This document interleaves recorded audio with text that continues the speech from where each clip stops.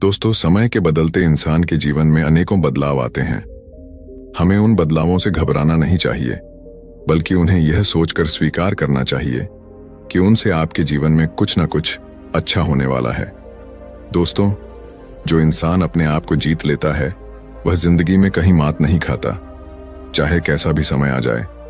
ऐसा इंसान हर मुश्किल समय में अपने आप पर काबू रखता है। इस वीडियो में हम बात करेंगे कि कैसे हर मुश्किल समय में अपने आप पर काबू रखकर उन बदलावों को स्वीकार कर अपने जीवन को बेहतर बना सकते हैं। तो चलिए इस प्रेरक कहानी की शुरुआत करते हैं। एक नगर में सबल नाम का आदमी रहता था। सबल का जन्म एक गरीब परिवार में हुआ था। सबल के परिवार में सबल और उसकी पत्नी सिर्फ 2 ही सदस्य थे। कच्चे घर में वह अपना गुजारा कर रहे थे। सबल पूरे दिन मजदूरी करके अपना और अपनी पत्नी का पेट पालता था। इसी तरह दोनों का जीवन चल रहा था। समय के साथ उसकी पत्नी गर्भवती हो जाती है। यह सुनकर सबल बहुत खुश होता है। वह सोचने लगता है कि अब हमारे घर में भी एक नन्हा सा पुत्र आएगा, हम उसे गोद में खिलाया करेंगे। पर जो उसके और उसके परिवार के जीवन में होने वाला था, उससे वह बेखबर था। धीरे धीरे समय गुजरता है। अब सबल के घर में वह दिन भी आ जाता है जब उसकी पत्नी एक बच्चे को जन्म देने वाली थी। सबल उसे अस्पताल में भर्ती कराता है। प्रसव का समय जब निकट आता है तो सबल कुछ पैसों का बंदोबस्त करने चला जाता है। फिर लौटते समय अपने होने वाले बच्चे को लेकर मन में सपने संजोने लगता है। तब तक उसके पास यमराज का बुलावा आ जाता है।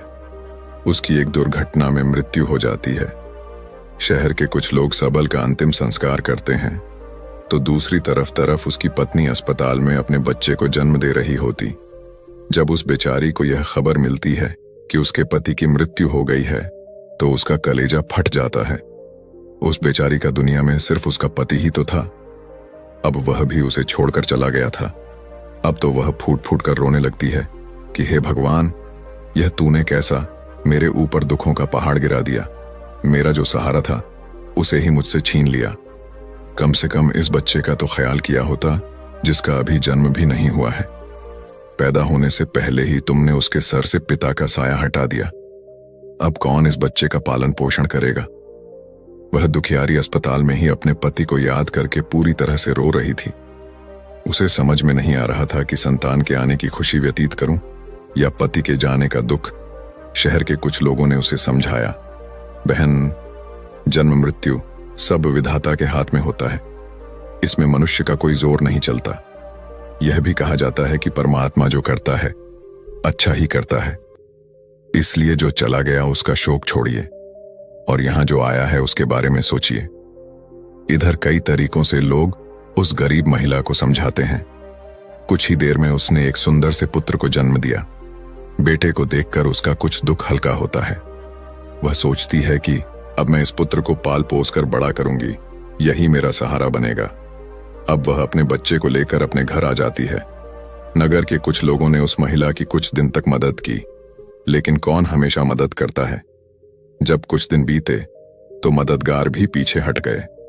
अब वह अपने बच्चे को लेकर बिल्कुल अकेली पड़ गई। वह समझ गई थी कि दूसरों की मदद से कितने दिन तक जीवन जिया जा सकता है।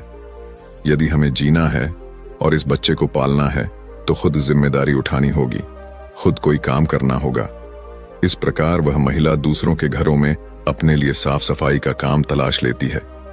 काम करके जो पैसे मिलते थे उनसे वह अपना और अपने बच्चे का पेट पालने लगी। समय के साथ धीरे धीरे उसका पुत्र बड़ा होने लगता है। जब वह बालक 4 वर्ष का हो जाता है तो उसकी मां उसे पढ़ाने के लिए नगर के सरकारी विद्यालय में उसका दाखिला करा देती है। उसने सोचा कि मैं अपने बच्चे को पढ़ा लिखा कर इस काबिल बना दूंगी कि उसे कभी किसी के आगे हाथ न फैलाने पड़े। अब इस प्रकार वह महिला मेहनत मजदूरी करके अपने बच्चे को पढ़ाने लगती है।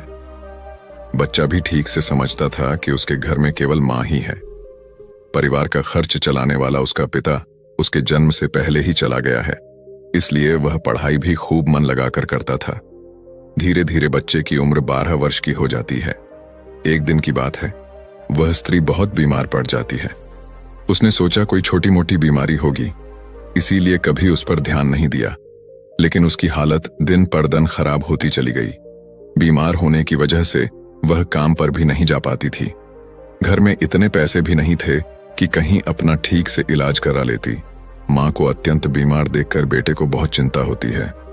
वह बालक कहता है, माँ तुम चिंता मत करो, मैं तुम्हारे लिए अभी डॉक्टर के पास से दवाई लेकर आता हूँ, तुम उसे खा लेना, फिर तुम जल्दी ही ठीक हो जाओगी। अपने बेटे की बात सुनकर माँ की आंखें भर आती हैं।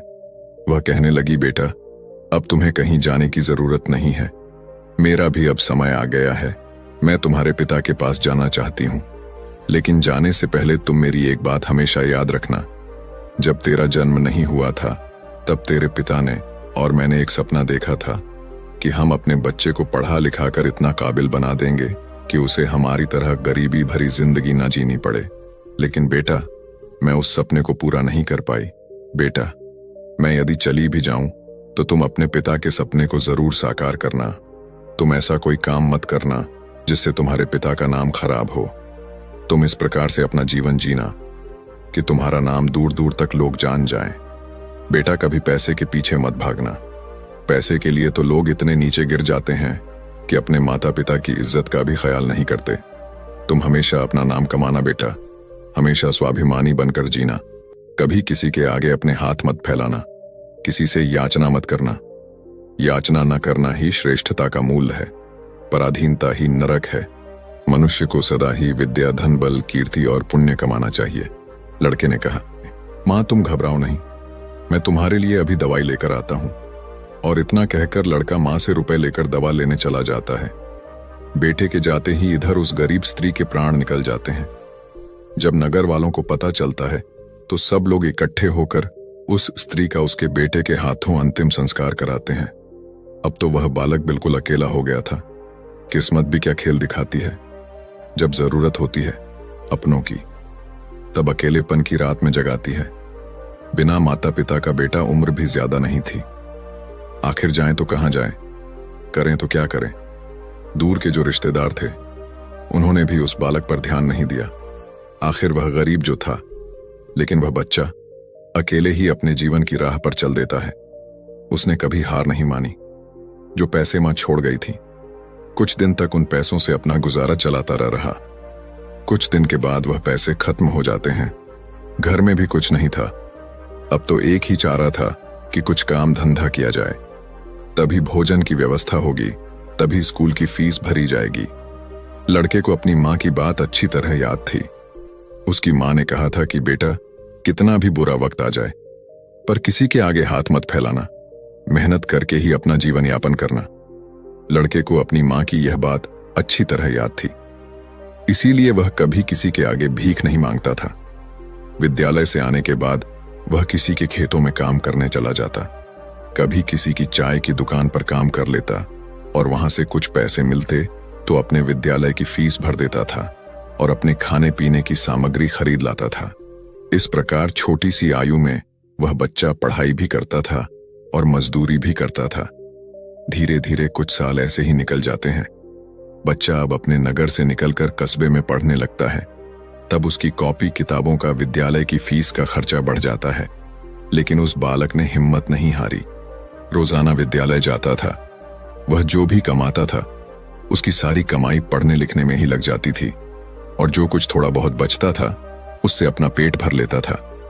अगर वह कहीं कोई स्थायी काम करता तो उसकी पढ़ाई छूट जाती थी और पढ़ाई करता तो पेट भरने के लिए भी कुछ नहीं था, इसलिए साथ ही साथ वह दोनों काम करता था। विद्यालय से आकर वह इधर काम करने चला जाता था। एक दिन की बात है, वह बच्चा विद्यालय से पढ़कर घर वापस लौटा, फिर उसके बाद काम की तलाश में चला गया। लेकिन उस दिन उसे कोई काम नहीं मिला। पूरा दिन निकल गया। हारा थका शाम को घर आकर सो गया। आज कुछ काम नहीं मिला तो खाना कहां से खाता, जो पैसे थे उनसे। वह पहले ही विद्यालय की फीस भर चुका था। उसकी स्थिति तो यह थी कि रोज कमाया रोज खाया। जब उस दिन उसे कोई काम नहीं मिला तो बेचारे को भूखे पेट रहना पड़ा। केवल पानी पीकर सो गया। अब सुबह भूखा ही विद्यालय चला जाता है और विद्यालय की छुट्टी के बाद जब घर आता है तो फिर किसी काम की तलाश में निकल पड़ता है। सोचता है कल नहीं मिला लेकिन आज मुझे कोई ना कोई काम जरूर मिल जाएगा। लेकिन दुर्भाग्य ने उसका पीछा नहीं छोड़ा। उस दिन भी उसे कोई काम नहीं मिला। आज उसे फिर भूखा पेट सोना पड़ा। भूख अब उसे ज्यादा बेचैन कर रही थी। तो एक बार को उसके दिमाग में आता है कि भूखे पेट तो पड़ा भी नहीं जाता। अब तो मैं किसी से कुछ मांग कर खा लेता हूं, पर मां ने मरते वक्त उससे कहा था कि बेटा, कभी भीख मांग कर मत खाना, हमेशा कमा कर खाना। लड़का भी बड़ा स्वाभिमानी था, किसी से मांगने की उसकी हिम्मत नहीं हुई। सोचता था चाहे कुछ भी हो जाए, पर भीख मांग करके नहीं खाऊंगा। अगर मैंने भीख मांगना शुरू कर दिया तो लोग मुझे भिखारी कहने लगेंगे। भगवान ने पेट दिया है तो कहीं ना कहीं से इसके लिए भोजन भी देगा। अब लड़का उस दिन भी भूखा रहता है। सुबह जब सोकर उठता है तो भूख के मारे चक्कर आने लगते हैं। अभी उसकी उम्र ही कितनी थी, भूख की मार वह कैसे सह सकता था। कुछ बड़ा होता तो 2-4 दिन काट भी लेता। अब आज वह विद्यालय भी नहीं गया। सोचा आज मैं सुबह से ही काम पर जाता हूं, काम मिल जाएगा तो भोजन कर लूंगा, फिर अगले दिन के लिए तैयार हो जाऊंगा। अब तो काम की तलाश में वह इधर उधर भटकता है। उसकी आंखों के सामने ने अंधेरा छा रहा था। अब तो उससे चला भी नहीं जा रहा था। फिर एक पेड़ के नीचे बैठकर सोचने लगता है कि अगर इस समय मुझे भोजन नहीं मिला तो मेरे प्राण निकल जाएंगे। मुझे कुछ ना कुछ तो करना ही होगा। अब एक बार फिर से उसके मन में भीख मांगने का विचार आता है, लेकिन उसकी अंतरात्मा फिर मना कर देती है कि तू गरीब है, भिखारी नहीं। भीख मांगेगा तो फिर भीख मांगने की आदत पड़ जाएगी और तू भिखारी बन जाएगा। काफी देर तक लड़का इन्हीं प्रश्नों में उलझा रहता है। फिर उसके दिमाग में आया कि भीख मांगना अलग बात है और मदद मांगना अलग बात है। मैं किसी से भीख नहीं मांगूंगा, पर मदद तो मांग सकता हूं। भीख मांगना तो वह है जो मांग कर फिर लौटाया नहीं जाता, पर मदद मांगना वह है जो आप कभी भी लौटा सकते हो। लड़के ने सोचा कि मैं आज किसी से मदद मांग लेता हूं, जब मुझे काम मिल जाएगा तो मैं लौटा दूंगा। अब लड़का वहां से चलता है तो उसे नगर के बाहर एक बड़ा सा घर दिखाई देता है। लड़का उस द्वार पर जाकर द्वार को खटखटा है। तब घर के अंदर से एक महिला निकलती है। महिला ने द्वार पर देखा कि एक 10 वर्ष का बड़ा ही उदास सा मासूम सा लड़का खड़ा है। पहले तो वह महिला उस लड़के से पूछती है कि बेटा, तुमने दरवाजा क्यों बजाया, क्या कुछ काम है? लड़का दोनों हाथ जोड़कर कहता है, माँ जी, मैंने दोपहर के समय आपको तकलीफ दी, इसके लिए क्षमा चाहता हूं। तब वह महिला पूछती है, बेटा क्या तुम्हें कुछ चाहिए? मैं तुम्हारी क्या मदद कर सकती हूं? वह महिला भी एक बच्चे की मां थी, इसलिए ममता का भाव उसके शब्दों में था। उस महिला के पूछने पर एक बार तो लड़के के मन में यह आया कि चलो इन माँ जी से मैं कह ही देता हूं कि मैं 2-3 दिन से भूखा हूं और भोजन न मिलने के कारण बहुत परेशान हूं। लेकिन उसके स्वाभिमान ने उसे रोक लिया और वह भोजन की जगह पानी मांग बैठा।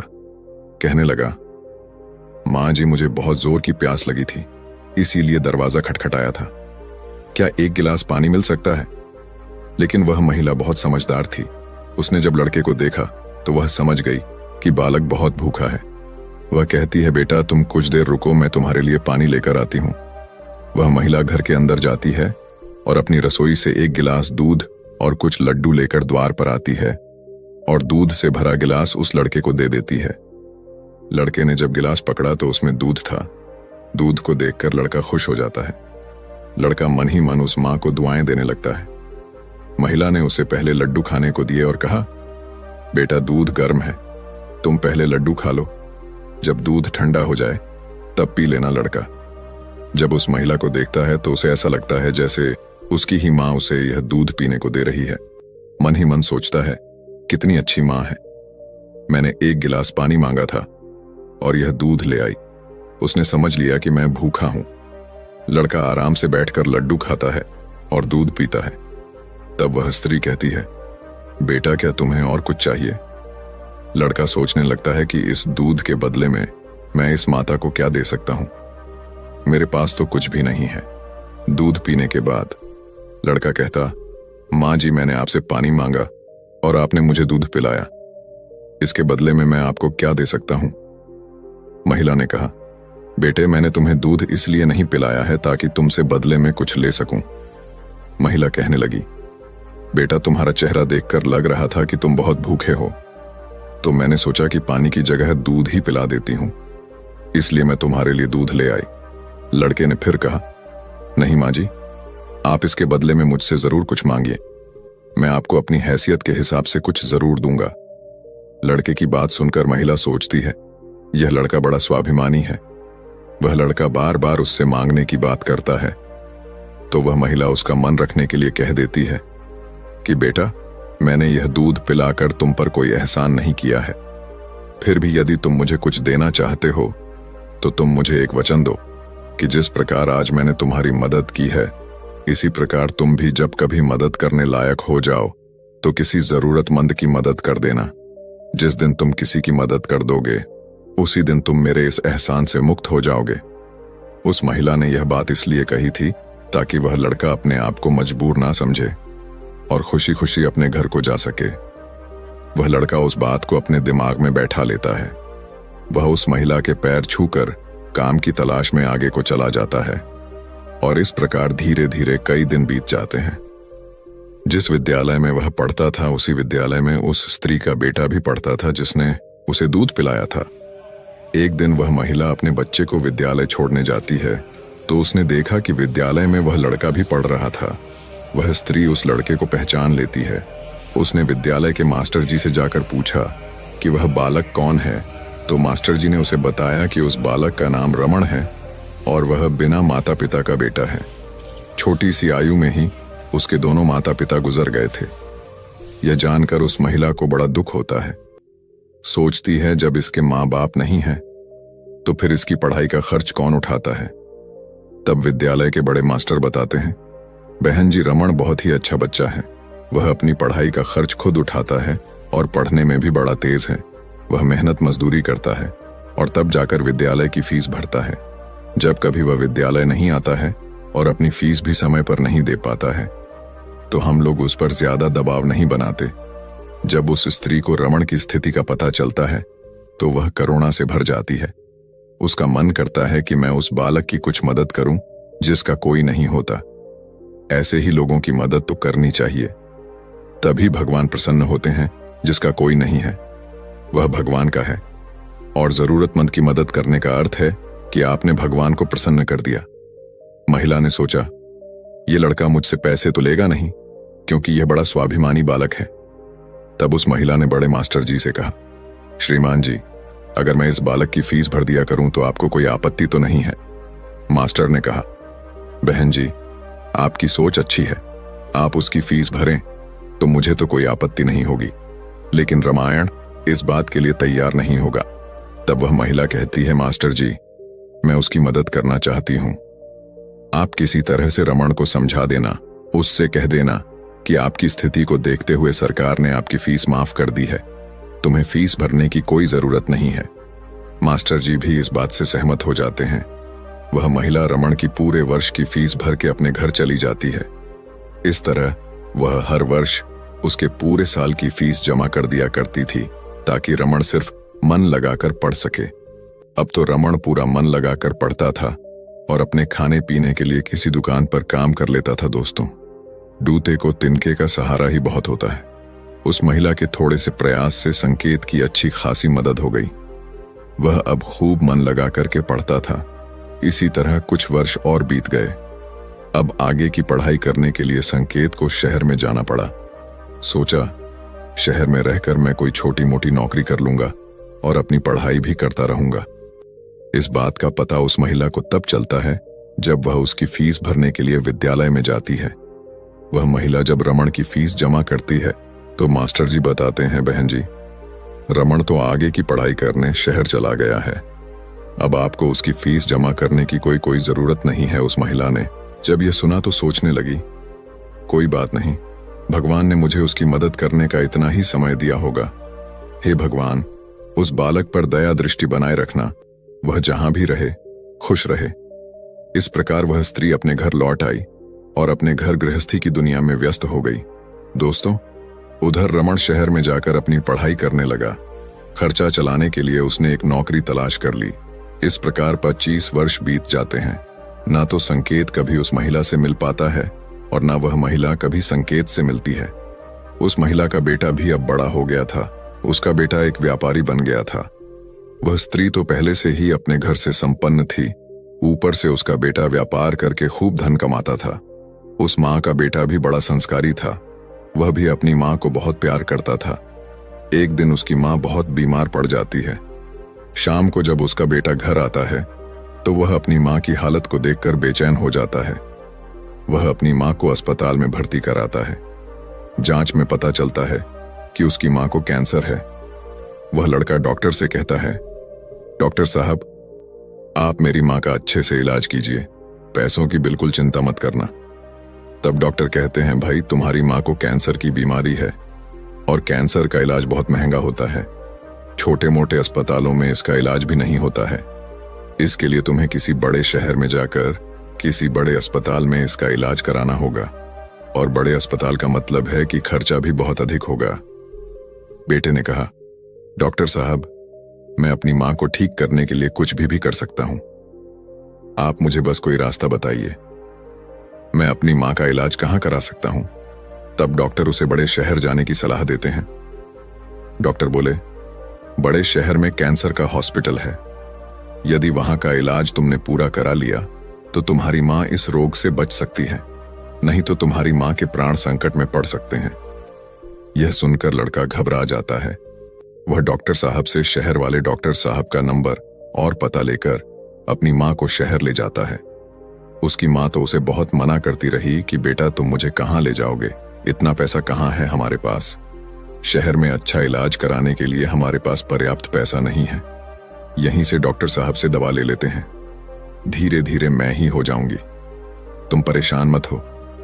तब लड़का बोला, माँ, इस दुनिया में एक तुम ही तो हो, जिसके होने से मुझे कभी अकेलापन महसूस नहीं होता, कभी मुझे किसी बात की चिंता नहीं होती। इसीलिए कुछ भी हो जाए, मैं तुम्हें इस बीमारी से मरने नहीं दूंगा। धन का क्या है, खत्म हो गया तो फिर कमा लेंगे, लेकिन माँ तो फिर नहीं मिल सकती। इस प्रकार लड़का अपनी माँ को शहर लेकर जाता है। जिस डॉक्टर से उसकी माँ का इलाज होना था, वह डॉक्टर साहब उस समय अस्पताल में नहीं थे। वह किसी मरीज को देखने के लिए विदेश गए थे। अस्पताल के कर्मचारी ने बताया कि डॉक्टर साहब कल आएंगे, तब तक आप अपनी माँ को अस्पताल में भर्ती करा दो। लड़के ने बिना देर किए अपनी माँ को भर्ती करा दिया और डॉक्टर साहब के आने का इंतजार करने लगता है। मैं अपनी माँ को ठीक कराकर ही घर ले जाना चाहता हूँ, चाहे इसके लिए मुझे अपना सब कुछ बेचना पड़े, कितने ही दिन मुझे यहाँ रुकना पड़े। इस प्रकार वहां के डॉक्टर ने उस माँ का इलाज शुरू कर दिया। अगर छोटे शहर की बात होती तो खर्चा कुछ कम हो जाता, लेकिन वहां का खर्चा तो बहुत लंबा था। फिर भी उस लड़के ने हिम्मत नहीं हारी। दोस्तों, माँ से अनमोल संसार में कुछ भी नहीं है। डॉक्टर साहब जो दवाइयां लिखते थे, वह दवाइयां बहुत महंगी आती थीं। लड़का अपनी माँ के लिए महंगी से महंगी दवाइयां लेकर आता था। उधर उसका जो व्यापार था, वह अपनी माँ की देखरेख के कारण उसमें भी समय नहीं दे पाया, तो वह भी ठंडा पड़ गया। कई दिन तक इलाज होता रहा। धीरे धीरे माँ की हालत में सुधार होने लगा। बेटे के पास जो जमा पूंजी थी, वह खत्म होने लगी। इधर माँ को जब पता चलता है कि बेटे के पास अब पैसे नहीं रहे, तो माँ कहती है, बेटा तुम इतनी महंगी दवाइयाँ क्यों ले रहे हो? कहाँ से डॉक्टर साहब की फीस भरोगे? कहाँ से दवाइयों का खर्च उठाओगे? तुम्हारा व्यापार भी बंद हो गया है। तब बेटा कहता है, माँ तुम चिंता मत करो, मैं तुम्हारा इलाज अपना मकान दुकान सब कुछ बेचकर कराऊंगा। माँ भी बेटे की जिद के आगे बेबस हो जाती है। वह लड़का अपनी माँ का इलाज निरंतर जारी रखता है और धीरे धीरे 1 महीना बीत जाता है। वहां पर एक बात बड़ी ही विचित्र थी। उस अस्पताल का जो सबसे बड़ा डॉक्टर था, वह जब उस लड़के की माँ से मिलने आता था तो काफी देर उस माँ के पास बैठकर बातें किया करता था। यह देखकर माँ को भी बड़ा अच्छा लगता था और वह सोचती थी कि अजीब डॉक्टर है। इतना बड़ा डॉक्टर होकर भी जिसके पास बिल्कुल भी फुर्सत नहीं है, वह मुझसे बात करने के लिए इतना समय कैसे निकाल लेता है। दोस्तों, इस प्रकार कई दिन बीत जाते हैं। एक दिन वह लड़का डॉक्टर के पास जाता है और डॉक्टर साहब से पूछता है कि डॉक्टर साहब, अभी मेरी माँ का इलाज कितने दिन और चलेगा? डॉक्टर साहब उसे सारी बात बताते हैं कि भाई आप चिंता मत करो, आपकी माँ पूरी तरह से स्वस्थ हो चुकी है। मैं भी संतुष्टि के लिए एक बार जांच और करा लेता हूँ। उस जांच की रिपोर्ट आ जाने दो, फिर तुम अब अपनी माँ को घर ले जा सकते हो। अब तो उस माँ का बेटा रिपोर्ट आने का इंतजार करने लगता है। 2 दिन के बाद रिपोर्ट आ जाती है। जब रिपोर्ट आती है, तो लड़का फिर डॉक्टर से मिलने जाता है और पूछता है डॉक्टर साहब, क्या मेरी माँ ठीक हो गई? कोई खतरे वाली बात तो नहीं है? तब डॉक्टर साहब कहते हैं, भाई चिंता मत करो, रिपोर्ट अच्छी आई है, तुम्हारी माँ पूरी तरह से ठीक हो गई है, अब आप इन्हें अपने घर ले जा सकते हो। डॉक्टर की बात सुनकर बेटा खुश हो जाता है और डॉक्टर साहब को बहुत धन्यवाद देता है। लड़का अपनी माँ के पास जाता है और सोचता है कि भगवान का लाख लाख धन्यवाद कि मेरी माँ बच गई, मेरी मेहनत सफल हो गई। यही बात वह अपनी माँ को बताने के लिए जाता है और माँ से कहता है कि माँ, आप अब पूरी तरह से ठीक हो गई हो, अब हम जल्द ही अपने घर जाने वाले हैं। यह बात सुनकर माँ भी बड़ी खुश हो जाती है, लेकिन अगले ही पल वह यह सोचकर उदास हो जाती है कि मैं तो ठीक हो गई हूं, लेकिन इस अस्पताल का जो बिल होगा वह लाखों में होगा। कैसे में मेरा बेटा चुका पाएगा? इतनी मोटी रकम की व्यवस्था वह कहां से करेगा? उसके पास जो जमा पूंजी थी वह तो सब इलाज में खर्च हो गई। मां को उदास देखकर बेटा समझाता है, मां, तुम क्यों उदास होती हो? मैं अपना सब कुछ बेचकर आपके इलाज का बिल चुका दूंगा, घर मकान तो बाद में भी बना लूंगा, इसलिए मां, तुम्हें इन बातों की चिंता करने की कोई जरूरत नहीं है। बेटा अपनी मां को बहुत समझाता है, मगर मां तो मां होती हैं, उसका अपने बेटे के लिए चिंता करना स्वाभाविक था।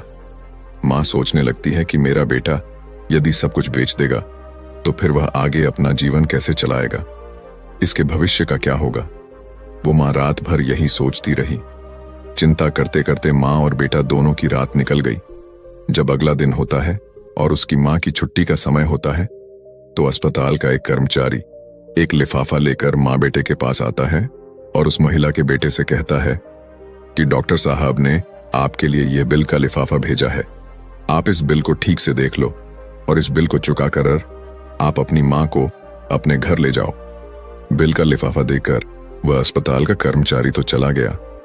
अब वह लड़का उस बिल के लिफाफे को हाथ में लिए हुए सोचता है कि पता नहीं कितना बिल आया हो। बेटे को चिंता में देखकर मां भी परेशान हो जाती। मां एकदम से बेटे के हाथ से वह बिल का कागज छीन लेती है। मां उस बिल को खोलकर देखती है। उधर अस्पताल के जो सबसे बड़े डॉक्टर थे वह भी उस समय वहीं पर पहुंच जाते हैं। इधर मां ने जब उस लिफाफे को खोलकर देखा तो उसमें एक छोटी सी पर्ची रखी हुई थी। उस पर्ची पर लिखा हुआ था, मां जी, आपने अपने बल का भुगतान तो 25 साल पहले ही कर दिया था, जब आपने 2 दिन के भूखे बच्चे को 1 गिलास दूध और लड्डू खिला और अगले 10 साल तक उस बच्चे की विद्यालय की फीस भी भरी थी। पर्ची को पढ़ते ही महिला की आंखें फटी की फटी रह जाती हैं। जब उस मां का बेटा पूछता है, मां, डॉक्टर साहब ने कितना बिल दिया है, तो मां उस पर्ची को अपने बेटे को देती है। बेटा जब उसे पढ़ता है तो वह भी हैरान रह जाता है। लड़का अपनी मां से पूछता है, मां, क्या आप डॉक्टर साहब को पहले से जानते हो? डॉक्टर साहब से आपकी जान पहचान कब हुई थी? तब मां कहती हैं, बेटा, मैं इन्हें पहले से नहीं जानती हूं, अभी पता चला है। बेटे ने पूछा, फिर इसमें 25 साल पहले की घटना क्यों लिखी है? तब मां कहती है, बेटा, 25 साल पहले जब तुम बहुत छोटे थे तब तुम्हारी उम्र का एक छोटा सा लड़का भरी दोपहरी में हमारे घर के द्वार पर आया था। वह भूखा प्यासा था। उसने मुझसे 1 गिलास पानी मांगा था। मैंने बच्चे को देखा तो मैं समझ गई कि वह भूखा है, इसीलिए दूध और लड्डू लाकर मैंने उसे खाने को दे दिए। वह कई दिनों से भूखा था। उसने दूध तो पी लिया, पर वह मुझसे कहने लगा कि मां, तुम्हारा यह ऋण मैं कैसे चुका पाऊंगा? तो मैंने उसका मन समझाने के लिए कह दिया था कि जब तुम बड़े हो जाओ, मदद करने लायक हो जाओ, तो तुम भी किसी जरूरतमंद की मदद कर देना। मुझे क्या पता था कि वही लड़का जिसे मैंने 1 गिलास दूध पिलाया था वह 25 साल बाद इतना बड़ा डॉक्टर बनकर मेरी मदद करेगा। लोग तो आज लेकर कल को भूल जाते हैं, लेकिन उस बच्चे ने मेरा वह एहसान अभी तक याद रखा है। मैं इस बात को सोचकर बहुत हैरान हूं कि डॉक्टर साहब ही वह बच्चा है। इधर मां बेटे आपस में बातचीत कर रहे थे, उधर वह डॉक्टर साहब उनके पीछे खड़े होकर उनकी बातें सुन रहे थे। उनकी आंखों में आंसू थे और बचपन का वह समय उन्हें याद आ गया जब वह भूखे प्यास से उस मां के द्वार पर पहुंचे थे। डॉक्टर साहब आगे बढ़कर उस मां को प्रणाम करते हैं और माताजी के पास बैठ जाते हैं। कहते हैं, मां, आपके कहे हुए शब्द आज भी मेरे कानों में गूंजते हैं। मैंने आपके उन्हीं शब्दों को अपना संस्कार बनाया। मैंने अपनी जिंदगी में बहुत दुख देखा है, लेकिन कभी हिम्मत नहीं हारी। मैं आपका बहुत बड़ा कर्जदार हूं। यदि आप मेरे विद्यालय की फीस नहीं भरती तो आज मैं इतना बड़ा डॉक्टर नहीं बना पाता। माँ, यह आपकी ही देन है। मैंने तो आपको उसी दिन अपनी माँ मान लिया था जिस दिन आपने ममता भरी छाव में बैठाकर मुझे भूखे को दूध पिलाया था। इतना कहने के बाद डॉक्टर साहब वह सारे पैसे लौटा देते हैं जो माँ की दवाई में खर्च हुए थे और बूढ़ी माँ के चरणों में अपना सर रख देते हैं। वह माँ डॉक्टर साहब को उठाकर अपने सीने से लगा लेती। डॉक्टर साहब और बूढ़ी माँ की आंखें आंसुओं से भरी हुई थीं। जब यह दृश्य अस्पताल के सारे लोग देखते हैं तो सब देखकर हैरान रह जाते हैं। सबकी आंखें नम हो जाती हैं। दोस्त, यह 4 बातें जो भी व्यक्ति समझ लेगा वह कभी गरीब नहीं रहेगा। पहली बात, मनुष्य को जीवन में आने वाले परिवर्तनों से घबराना नहीं चाहिए, बल्कि उन्हें यह सोचकर स्वीकार करना चाहिए कि उनके जीवन में कुछ और अच्छा होने वाला है। इन परिवर्तनों से मनुष्य बहुत कुछ दिखता है और वह सही राह पकड़ लेता है। जो अपने साथ हुई घटनाओं से टूट जाता है वह कभी आगे नहीं बढ़ पाता। दूसरी बात, अंधेरा चाहे कितना ही घना हो, एक छोटा सा दीपक उससे मिटा डालता है। उसी तरह अगर जीवन में कुछ अंधेरा आ जाए तो ज्ञान रूप दीपक से अंधेरे को मिटाकर सही रास्ता ढूंढा जा सकता है। ज्ञान वह निधि है जो रंग से राजा बना देती है, टके को सही मार्ग दिखा देती है।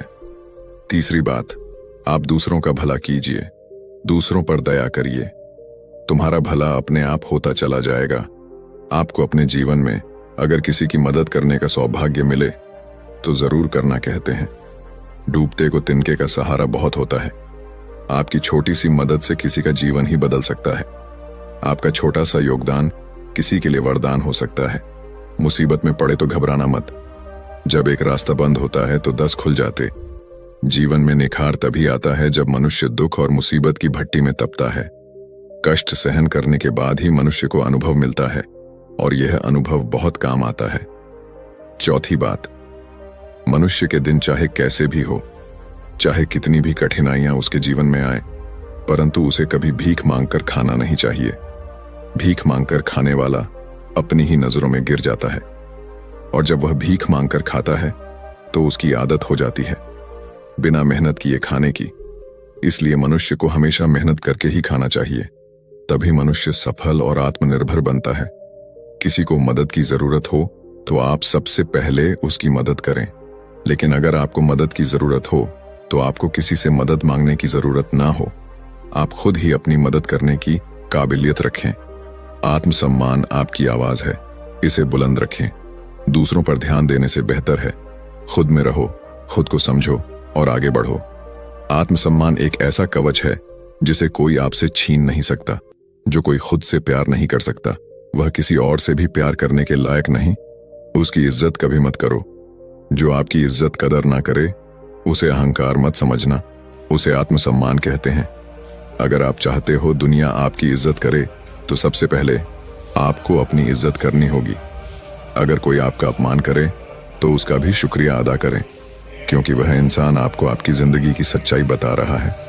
ज्यादातर लोग उन चीजों की कदर नहीं करते जो उन्हें आसानी से मिली हो, लेकिन खो देने के बाद पछताते हैं। तो दोस्तों, आशा करता हूं आज की यह वीडियो आपको पसंद आई होगी। चैनल इंस्पायर IQ को सब्सक्राइब जरूर करें।